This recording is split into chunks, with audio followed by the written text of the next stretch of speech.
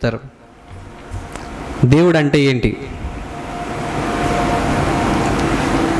దేవుడు అంటే ఏంటి తెలీదా? దేవుడు అంటే యేసుప్రభువా? అఫ్కోర్స్ యేసుప్రభునే, కానీ దానికన్నా ముందు కొన్ని వివరాలను ఇవ్వాలని నేను ట్రై చేస్తున్నాను. దేవుడు అంటే ఏంటి తెలుసుకోవాలంటే ఫస్ట్ మన పేరెంట్స్ ఏంటో మనం తెలుసుకోవాలి. ఇప్పుడు ఖచ్చితంగా ప్రతి పిల్లలకి తండ్రి ఉంటారా ఉండరా? తండ్రి లేకుండా తల్లి లేకుండా పిల్లలు పుడతారా?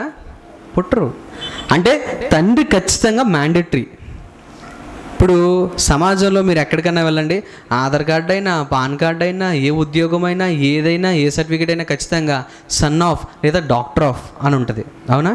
ఈ డాక్టర్ ఆఫ్ సన్ ఆఫ్ అని దాని అర్థం ఏంటి? నేను పలానా కుమారుణ్ణి పలానా కుమార్తెని అని అర్థం. అంటే సమాజంలో ఉన్న వాళ్ళందరికీ, మీరు గమనించండి, సమాజంలో ఉన్న వాళ్ళందరికీ అడ్రస్ చేయాల్సి వస్తుంది మన తండ్రి ఎవరో మన తల్లి ఎవరో. మరి అలాంటిది మనల్ని అందరినీ కన్నాడు తండ్రి, పరలోకపు తండ్రి. ఆ తండ్రి గురించి ఎవరికి తెలుసు? సరిగ్గా తెలియట్లేదు. సరిగ్గా ఈ సబ్జెక్ట్ తెలుసుకోలేక ఆ దేవుని ఆరాధిస్తున్నాం అనుకుంటున్నాం, కానీ అది క్రమశిక్షణమైన పద్ధతిలోకి పోవట్లేదు. గమనించాలి.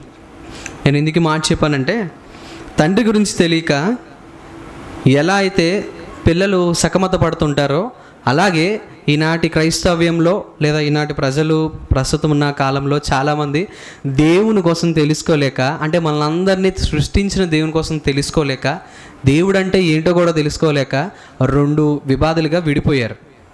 నెంబర్ 1, ఫస్ట్ది ఏంటంటే దేవుడు ఉన్నాడు, ఆయన ఎన్నో రకాలుగా ఉన్నాడు, ఏ దేవుని పూజిస్తే ఆ దేవుడు గొప్పవాడు, ఆ దేవుడు ఈ దేవుడు అని రకరకాలుగా ఆలోచించే బ్యాచ్ ఒకరు ఉంటారు. అది నెంబర్ 1 బ్యాచ్.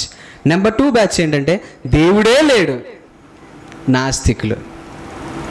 ఇదో బ్యాచ్. 2 బ్యాచ్లు ఉన్నాయన్నమాట. అంటే ఏదో దేవుడు ఉన్నాడు పూజించాలి, ఏ దేవుడు దొరికితే ఆ దేవుడు అనేవాళ్ళు ఒక బ్యాచ్ ఉన్నారు. ఏ దేవుడు లేదన్న వాళ్ళు 2వ బ్యాచ్ ఉన్నారు. ఇప్పుడు నేను క్వశ్చన్ చేస్తాను, తల్లిదండ్రులు లేకుండా పిల్లలు పుడతారా?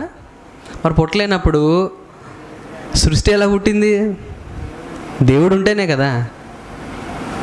మరి అనేక రకమైన దేవుళ్ళు ఉంటారా? ఇప్పుడు పిల్లలకి ఒకే తండ్రి ఉంటాడు, 10 మంది తండ్రులు ఉంటారా?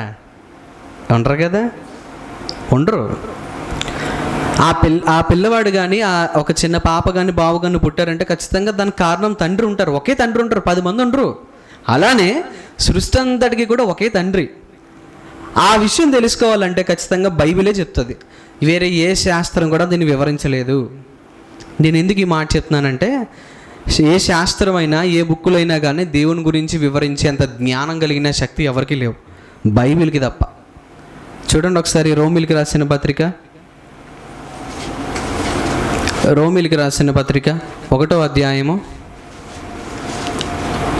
రోమిలికి రాసిన పత్రిక 1వ అధ్యాయము 20వ వచనం.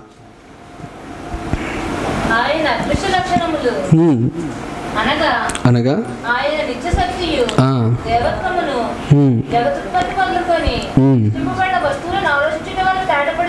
అది ఏంటంట? ఆయన అదృశ్యమైన లక్షణాలు అంట. అదృశ్యమైన లక్షణాలు. గమనించండి, సృష్టిలో ఉన్న ప్రతిదీ కూడా ఎవరు చేసింది? దేవుడు చేసిందా మనం చేసుకుందా? దేవుడు చేసిందే. సృష్టిలో ఉన్న ప్రతీదీ కూడా దేవుడు చేసిందే, మనుషులు చేసినవి కాదు. మనుషులు చేసినవి అని చెప్పినా ఇదిగోండి మైకు, ఇలాంటి డిఫరెంట్ ఇవి కూడా ఎక్కడి నుంచి వచ్చినాయి?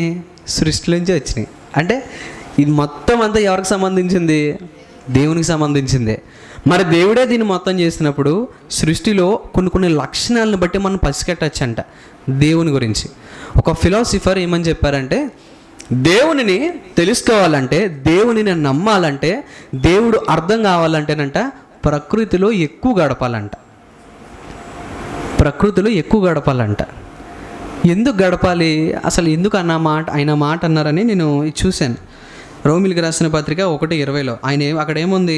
ఆయన అదృశ్య లక్షణములు అనగా ఆయన నిత్య శక్తియు దైవత్వమును జగదుత్పత్తి మొదలుకొని సృష్టింపబడిన వస్తువుల ఆలోచించుట వలన తేటపడుచున్నవి.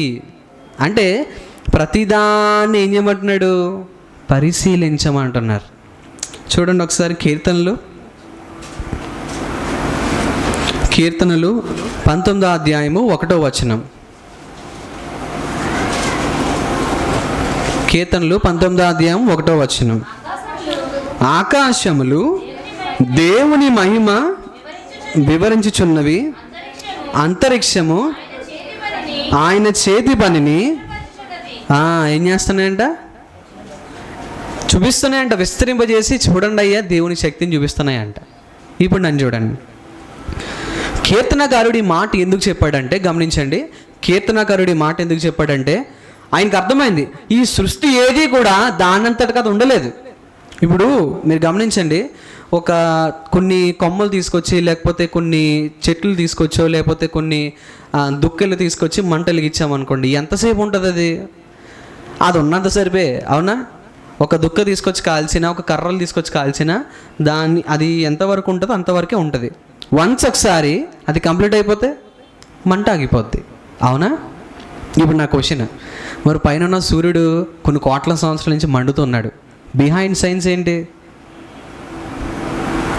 దీనికి ఆన్సర్ ఎవ్వరు చెప్పలేరు, మాటలు కాదు. సూర్యునిలోకి వెళ్ళి ఎలా మండుతున్నావు దాని క్వశ్చన్కి వెళ్ళమా? సమ్మర్ వచ్చిందంటేనే తడిసిపోద్ది మనకి.